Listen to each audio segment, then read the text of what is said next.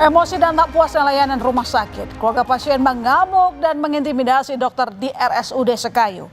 Selengkapnya saudara, kalau kita lihat, polisi dan tak puas dengan layanan rumah sakit membuat dua orang yang merupakan keluarga pasien di RSUD Sekayu, Palembang mengintimidasi Syahri Putra Wangsa, seorang dokter di ruang ICU VIP. Keluarga pasien yang emosi terus meneriaki dokter seraya memaksa dokter membuka masker. Padahal diketahui pasien mengidap penyakit TBC. Keluarga pasien pun sengaja memvideokan tindakan intimidatif tersebut hingga viral di media sosial. Lantas, apa sesungguhnya pemantik emosi keluarga pasien bisa memuncak dan melecehkan dokter? Buka jelasin. Apa itu kamu? Kamu bilang tadi di ruangan VIP paling layak. Buka masker. Jelas. Kamu belum tahu kita ya? Buka masker. Buka masker. Jalan ini. Ini dokter. Ini dokter. Dia bilang dokter apa kamu? Dokter apa kamu? Ngomong. Bagian apa? Dokter apa? Ngomong. Saat dokter mengunjungi pasien, awalnya suasana ruang perawatan tenang. Namun tiba-tiba suasana di ruang perawatan berubah memanas saat keluarga pasien meminta kejelasan terkait tindak lanjut penanganan pasien. Dengan nada tinggi dan emosi, keluarga pasien meminta dokter untuk membuka masker. Bahkan salah satu keluarga pasien sampai memaksa dokter Syafri untuk membuka masker. Padahal saat itu pasien yang sedang dirawat mengidap penyakit TBC.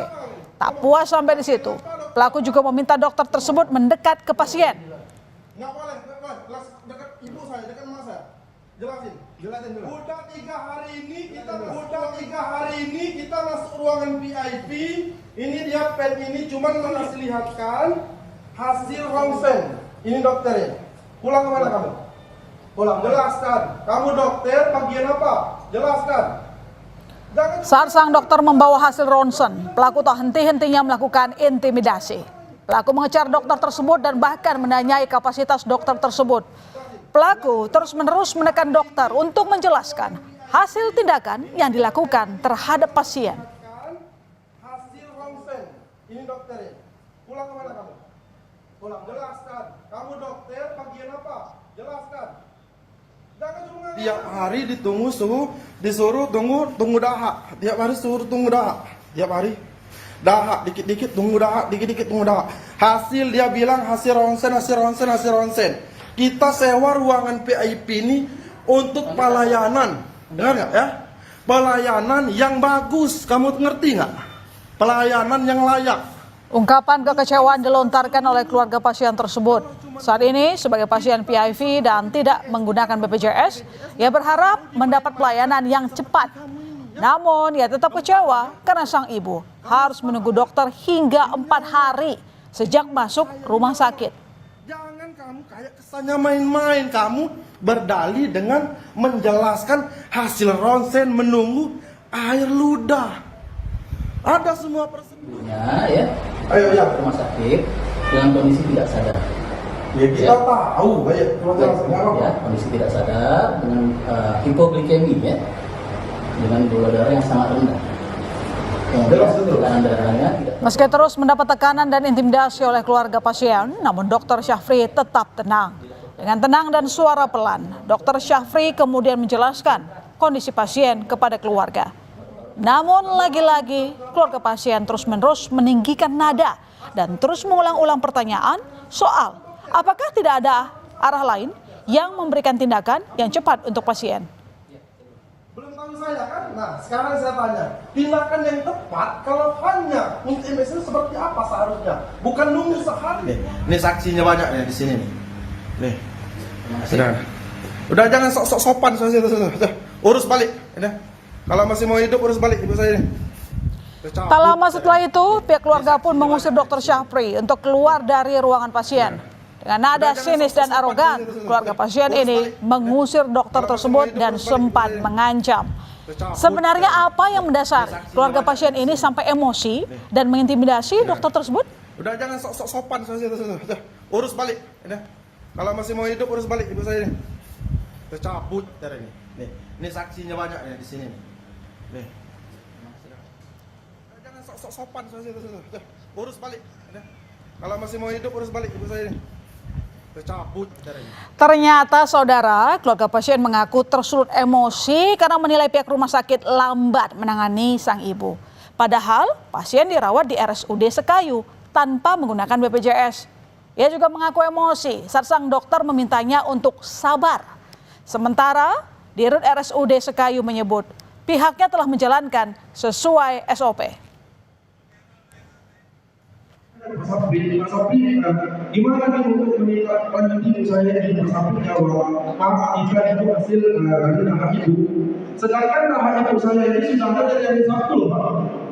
Namanya sudah ada dari hari Sabtu dan di ruang kita kan masih ruangan PIP berharap dapat kapasitas yang lebih lah. Lalu Pak Sapri bilang ada di situ, makanya saya sedikit emosi. Di situ Pak Sapri bilang ke saya, kamu harus bersyukur, sabar. Saya kan di situ nggak marah, nggak ada marah di situ kan. Saya disuruh sabar. Kenapa saya disuruh bersyukur? Di situ emosi saya memuncak Bapak Ibu.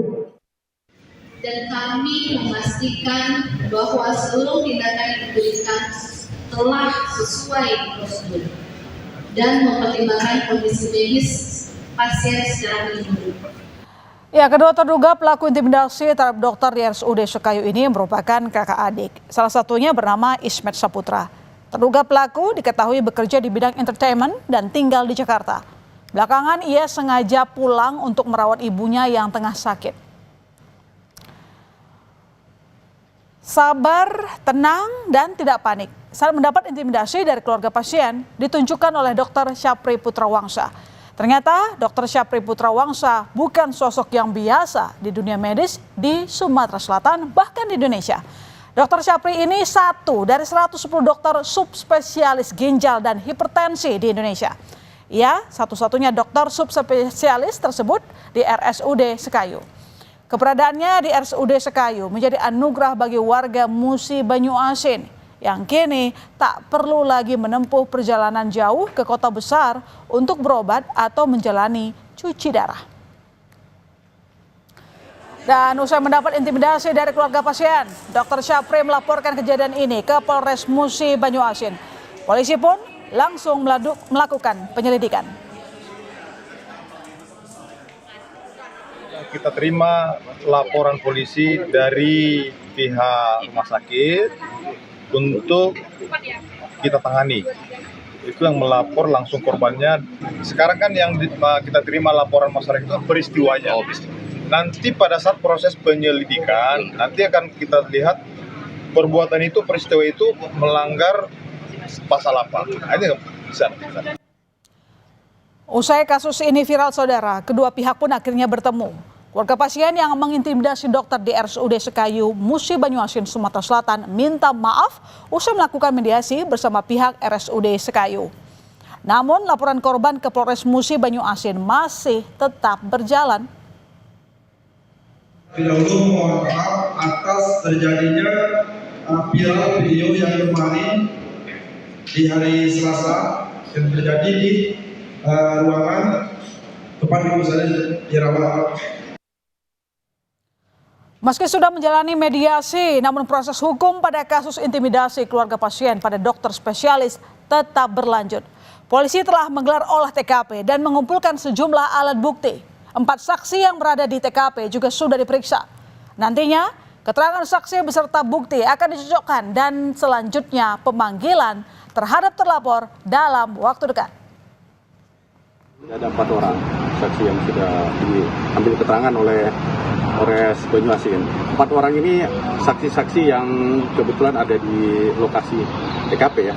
Nah, oleh karena itu, ya ini saksi yang menguatkan untuk bisa nantinya menjadi alat bukti untuk bisa nantinya dikombin dengan alat bukti lainnya sehingga mudah-mudahan bisa dilanjutkan ke proses penyidikan lebih lanjut.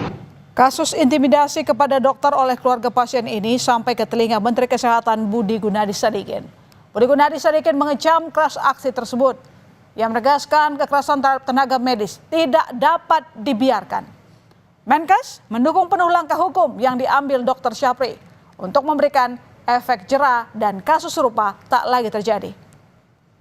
Saya menegaskan kepada seluruh masyarakat Indonesia bahwa kekerasan dan pelecehan terhadap siapapun tidak dapat ditolerir. Saya sangat menghargai tenaga medis berkualitas seperti Dr. Syafri, seorang dokter subspesialis yang bersedia untuk mengabdi di Kabupaten Sekayu, lokasi yang ditempuh 4 jam dari kota Palembang. Tenaga medis dan tenaga kesehatan berhak untuk mendapatkan perlindungan dan rasa aman saat menjalankan tugas, dan setiap bentuk kekerasan tidak dapat dibenarkan dalam kondisi apapun. Saat ini saya sudah menugaskan tim Kemenkes untuk memberi dukungan terhadap langkah hukum yang diambil oleh Dr. Syafri dan RSUD Sekayu. Saya dukung sepenuhnya kasus ini harus dituntaskan melalui jalur hukum untuk memberikan efek jerah.